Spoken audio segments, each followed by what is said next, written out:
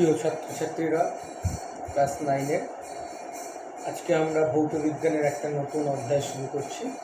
তোদের দেখবি বইয়ের শেষ অধ্যায়, যেটা শব্দ বা সাউন্ড। শব্দ বা সাউন্ড শুরু করতে গিয়ে আমরা প্রথমে যে জিনিসগুলো একটু আলোচনা করে নেব সেগুলো হচ্ছে গিয়ে কীভাবে শব্দ সৃষ্টি।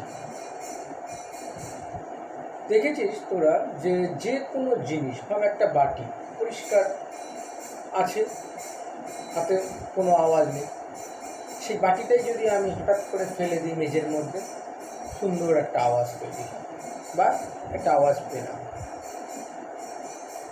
তোরা ঢাক বা তবলা এই জিনিসগুলো দেখেছিস, আছে কোনো রকম আওয়াজ নেই, দুম করে বাড়ি দিলি একটা সুন্দর আওয়াজ বের হবে। তার মানে, বা কাঠের টেবিল আছে, কোনো রকম আওয়াজ নেই, ধূপধাপ একটা সুন্দর হাত দিয়ে বাজাচ্ছিস, আওয়াজ করছিস।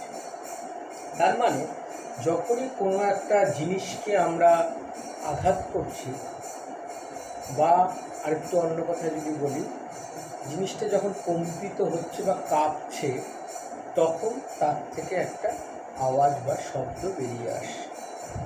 তাহলে কোনো শব্দ তৈরি হতে গেলে অবশ্যই সেই বস্তুটাকে কোনো না কোনোভাবে কম্পিত বা কাঁপতে হবে, তাহলে সেখান থেকে শব্দ বেরিয়ে আসে। তাহলে স্বভাবতই প্রশ্ন আসলো যে সব বস্তুটা কাঁপছে কেন? আমি আঘাত করছি একটা বল দ্বারা, এবার বস্তুটার মধ্যে অনেক জড় মাধ্যম বা কণা আছে, সেই কণাগুলো কম্পিত হচ্ছে। সেই কম্পিত হচ্ছে মানে আমি যে বল দ্বারা আঘাত করলাম সেখান থেকে কম্পিত হচ্ছে। কম্পিত হলে সেখান থেকে শব্দ সৃষ্টি হচ্ছে। তাহলে শব্দ এক প্রকার শক্তি, ঠিক আছে? যে শক্তিটা, তাহলে আমরা কোথা থেকে এমনি শক্তি তো সৃষ্টি হয়। শক্তি আমরা নিশ্চয়ই জানি, শক্তি কোনো একটা রূপ থেকে আরেকটা রূপে কনভার্ট হয় বা রূপান্তরিত হয়। তাহলে ঠিক সেইখানটায় আমরা এই যে আঘাত করলাম বা বল প্রয়োগ করলাম, এই বলটা হচ্ছে যান্ত্রিক শক্তি বা যান্ত্রিকভাবে ওকে আঘাত করলাম। তাহলে এই যান্ত্রিক শক্তিতে কনভার্টেড টু সাউন্ড বা শব্দ শক্তিতে পরিণত হবে এবং আমরা এই আওয়াজটা শুনতে পেলাম। তাহলে যে বস্তুটা কম্পিত হলো বা যেখান থেকে আমরা এই আওয়াজ বা এই শব্দ পাচ্ছি, সেই কম্পিত বস্তুটাকে শব্দের চ্যাপ্টারে বলা হয় সনক। যদি দেখি শয়বয়, তাহলে এই যে সনক বা কম্পিত বস্তু, এটা যতক্ষণ এই কম্পিত বা কম্পন থাকবে ততক্ষণই সেখান থেকে শব্দ সৃষ্টি হতে থাকবে এবং এটা আমরা শুনতে পাই। ক্লিয়ার? তারপরে কোনো বস্তু যদি না কাঁপে তাহলে সেখান থেকে কিন্তু কখনোই শব্দ তৈরি হবে না। এবার আমরা আরও কয়েকটা জিনিস একটু আলোচনা করছি। নতুন টার্ম তোরা জানি, পর্যায়বৃত্ত গতি। কি জিনিসটা?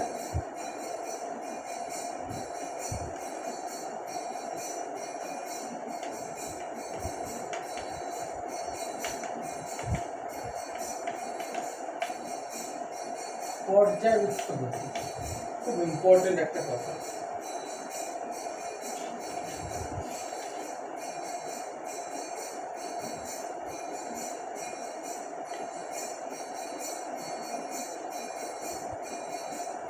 কোনো একটা গতি যদি নির্দিষ্ট সময় অন্তর বারবার ফিরে আসে, মানে নির্দিষ্ট সময় অন্তর বারবার ফিরে আসে, তাহলে সেই গতিটাকে আমরা বলবো পর্যায়বৃত্ত গতি। উদাহরণ না দিলে আমরা বুঝতে পারছি না। ভাব, এটা খুব সুন্দর উদাহরণ, পাখাটা ঘুরছে। যে একটা পাখাটা তুই একটা ফ্যানের মধ্যে একটা দাগ দিয়ে দেখ, নির্দিষ্ট সময় অন্তর ওই পাখার ওটা একটা জায়গাতে আসবেই। বা আরও একটা উদাহরণ দিতে পারি, ঘড়ির কাঁটা। ঘড়ির কাঁটায় বা মিনিট আর সেকেন্ডের কাঁটাটা থাকে এবং ঘন্টার কাঁটা থাকে। তুই ঘন্টার কাঁটাটা দেখ, একটা নির্দিষ্ট সময় 12 ঘন্টা বা 24 ঘন্টা পর পর কিন্তু আমাদের, বা 12 ঘন্টা পর পর যদি আমরা ঘড়িতে দেখি, 12 ঘন্টা পর পর ওই ছোটো কাঁটাটা মানে ঘন্টার কাঁটাটা 12 ঘুরে আছে। তাহলে এই যে গতিটা মানে ঘন্টার কাঁটাটা ঘুরছে, কিন্তু নির্দিষ্ট সময় অন্তর সে একটা জায়গায় এসে পৌঁছচ্ছে। তাহলে এই রকম গতিটাকে আমরা বলবো পর্যায়বৃত্ত গতি। আমরা আরও উদাহরণ দিতে পারি, যেমন ভাব পৃথিবী সূর্যের চারিদিকে ঘুরছে, তাহলে একটা নির্দিষ্ট সময় অন্তর এই পৃথিবী সূর্যকে প্রদক্ষিণ করছে বা একটা ঘুরতে সময় লাগছে, তাহলে এই টাইপের গতিগুলোকে আমরা বলবো পর্যায়বৃত্ত গতি। এবার পর্যায়বৃত্ত গতি সম্পন্ন যে বস্তুটা থাকবে সেটাকেই আমরা মানে সেখান থেকে কম্পন সৃষ্টি হচ্ছে, বা এটাও নাও হতে পারে যে পর্যায়বৃত্ত গতিই লাগবে, সেটা আমরা পরবর্তীতে আলোচনা করবো যে এমনি অন্য গতি থেকেও আমরা আওয়াজ বা শব্দ পেতে পারি। তাহলে পর্যায়বৃত্ত গতিটা কি? পর্যায়বৃত্ত গতিটা হচ্ছে নির্দিষ্ট সময় অন্তর আমাদের ফিরে ফিরে আসা বা একটা পথেই ফিরে ফিরে যাওয়া। মানে সাপোজ মানে আমি এখানটায় যাত্রা শুরু করে, এটা হচ্ছে কি একটা পয়েন্ট এ, আমি এখান থেকে শুরু করলাম, এই গেলাম, গিয়ে আবার নির্দিষ্টভাবে ফিরে আসলাম। এই যে সময়ের সাথে সাথে যাচ্ছি আসছি একই পথে, এখানে আমি একটা নির্দিষ্ট সময় অন্তর এইকে ক্রস করছি, তাহলে একবার গেলাম আবার ফিরে আসলাম, আবার গেলাম, এরকম ফিরে আসছি। তাহলে এই যে গতি, আমার পেন্সিলের যে গতিটা হচ্ছে, সেই গতিটাকেই আমরা বলছি পর্যায়বৃত্ত গতি। ক্লিয়ার? তাহলে এটা আমাদের একটু জানলাম পর্যায়বৃত্ত গতি। আরও কতগুলো টার্ম আমাদের উপর আস্তে আস্তে আমরা আসছি, সেগুলো একটু খেয়াল কর। তাহলে আমরা কি দেখলাম, যে যখনই কোনো বস্তু কম্পিত হচ্ছে তাহলে সেখান থেকে শব্দ বের হচ্ছে। প্রত্যেকটা বাদ্যযন্ত্র, যে কটা বাদ্যযন্ত্র দেখবি, যে তোরা দেখেছিস তবলা, ডুগি তবলা দেখেছিস, খোল দেখেছিস, বা গিটার, প্রত্যেকটা যন্ত্রে যে তার এবং ভিতরে একটা খোলের মতন জিনিস যার মধ্যে বায়ু থাকে। তাহলে সেখান থেকে কিন্তু আমাদের যখন আমরা এই তারটায় আঘাত করি বা এই তবলার বা ঢাকের যে বাড়ি দিই, তখন যে বাড়িটা দিলাম তার সাথে চামড়াটাও কাঁপছে এবং ভিতরের বায়ুটাও কাঁপছে বলে সুন্দর একটা আওয়াজ কিন্তু বেরিয়ে আসে। এইবার যে জিনিসটা তোরা এটা একটা বাড়িতে একটা ছোট একটা এক্সপেরিমেন্ট করে দেখতে পারিস। কীরকম এক্সপেরিমেন্ট? ভাব, তিনটা স্টিলের গ্লাস দিন, তিনটা স্টিলের গ্লাস, এরকম আমরা তিনটা স্টিলের গ্লাস নিলাম একই মাপের। এটা একটা বাড়িতে করে দেখতে পারিস। কোনোটাতে ভাব এতখানি জল নিলাম, কোনোটাতে মাঝ বরাবর জল নিলাম, কোনোটাতে অল্প একটু জল নিলাম। এবার নিয়ে কোনো একটা ছোট্ট লোহা বা কোনো কিছু ছোট্ট লাঠি দিয়ে যদি আমরা এটাকে আঘাত করি, দেখি তিনটার ক্ষেত্রে তিন ধরনের আওয়াজ শুনতে পাবো। এবং একদম এটাতে যেরকম আওয়াজ হবে এটাতে তার থেকে অন্যরকম আওয়াজ, এটাতে তার থেকে অন্যরকম আওয়াজ। এটা তার মানেটা কি? এখানে এটার মধ্যে বায়ুটা একটু বেশি আছে, এটাতে একটু কম আছে, এটাতে আরও কম আছে। তার মানে এই যে বায়ু তারতম্য বা এটার উপর ভিত্তি করে কিন্তু এরকম আওয়াজ আলাদা আলাদা হয়ে যায় এবং আমরা সেটা শুনতে পাচ্ছি। ক্লিয়ার হলো? এবার আমরা যে জিনিসগুলো একটু আলোচনা করব সেটা হচ্ছে এই যে পর্যায়বৃত্ত গতি বা দোলন কম্পন বললাম, তার মানে একটা নির্দিষ্ট গতি যেটা নির্দিষ্ট সময় অন্তর একই পথে ফিরে আসবে যাবে, এই জিনিসটা বললাম, এইটা হচ্ছে পর্যায়বৃত্ত গতি। এইরকম একটা গতি সম্পূর্ণ হতে টোটাল একটা কমপ্লিট, ভাব আমি যদি সূর্য এখানে আমাদের সাপোজ এটা হচ্ছে আমাদের সূর্য, এই পৃথিবী এখানে ঘুরছে, এখানে আমাদের একটা পৃথিবী আছে, পৃথিবী ঘুরছে, এরকম এক পা ঘুরতে নির্দিষ্ট সময় বা একটা পূর্ণ কমপ্লিট এই পর্যায়বৃত্ত গতি বা একটা পূর্ণ দোলন করতে ওর যে সময়টা লাগছে, সেই সময়টাকেই বলা হচ্ছে পর্যায়কাল। আস্তে আস্তে আমরা দেখব পর্যায়কাল কি বললাম।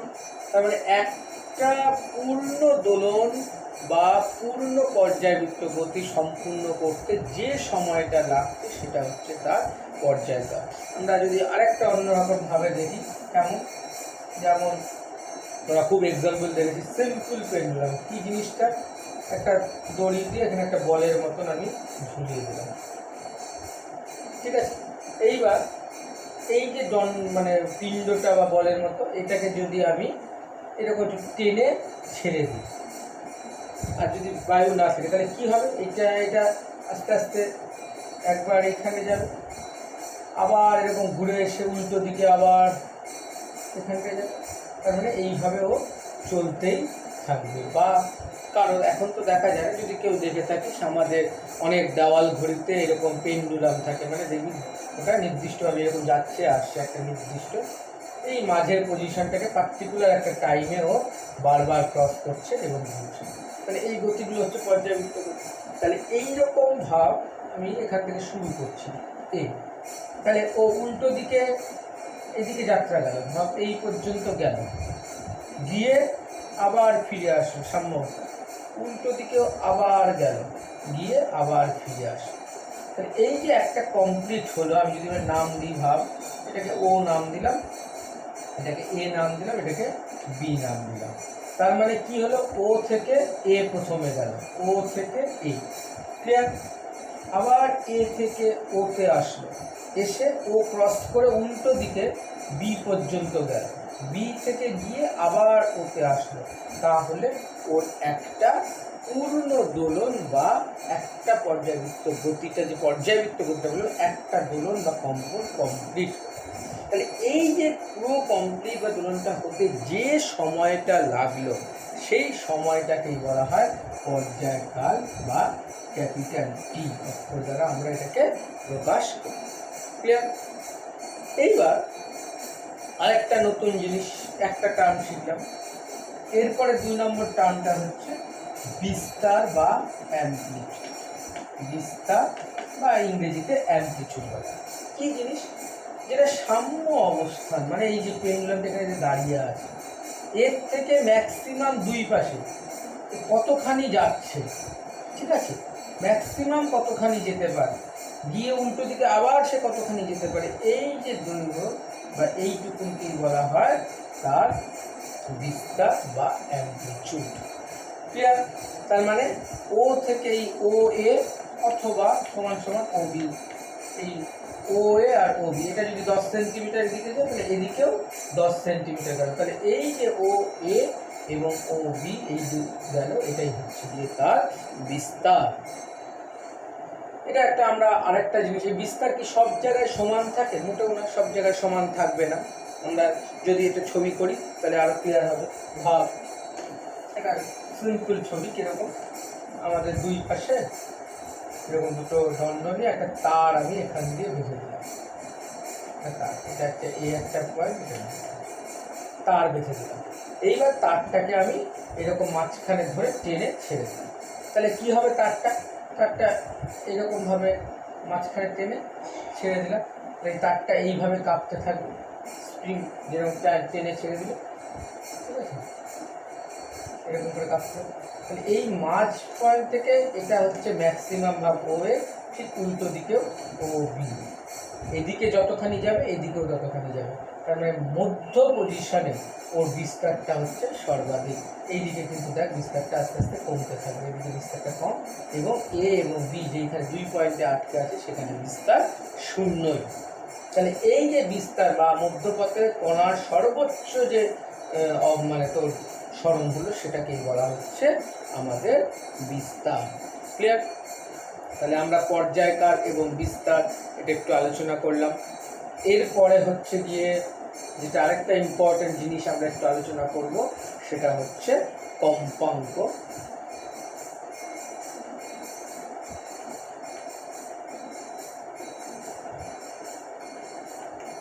বা এন অক্ষর দ্বারা প্রকাশ করা।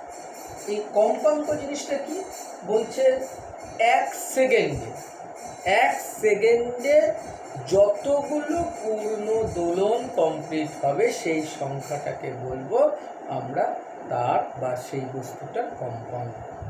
কি বলছি, আবার বলছি, 1 সেকেন্ড সময় যতগুলো পূর্ণ দোলন, ভাব আমি এরকম এখান থেকে ছিল, এটা গেল আসলো, আবার এদিকে গেল আসলো, এই একটা হলো, এরকম 4টা কমপ্লিট করলো 1 সেকেন্ড, তাহলে ওর কম্পাঙ্ক হচ্ছে 4। এটার একটা একক থাকে, সেটা হচ্ছে 4 হার্জ। ঠিক আছে? তাহলে কি বললাম আমি, এখানে একটু আগে দেখালাম, এখানে ও থেকে এতে গেল, আবার এ থেকে ওতে আসলো, উল্টো দিকে আবার বিতে গেল, বি থেকে আবার ওতে ফিরে আসলো। তাহলে এইরকম হলে একটা দোলন কমপ্লিট হলো। এরকম 1 সেকেন্ডে যতগুলো দোলন সে কমপ্লিট করবে সেটাই হচ্ছে তার কম্পাঙ্ক বা ইংরেজিতে বলা হয় ফ্রিকোয়েন্সি। ক্লিয়ার? তাহলে আমরা কি কি দেখলাম? বিস্তার, পর্যায়কাল, কম্পাঙ্ক এবং পর্যায়বৃত্ত গতি, এগুলো কিন্তু আমরা একটু আলোচনা করলাম শব্দের জন্য। এবং যেটা মূল জিনিস করলাম সেটা হচ্ছে সনক বা বস্তুটার কম্পন, যেটা থেকেই শব্দের সৃষ্টি হচ্ছে। তাহলে এতটুকু তোদের ক্লিয়ার হলো। এরপরে আমরা নেক্সট ভিডিওতে এর পরবর্তী অংশটা আলোচনা করছি।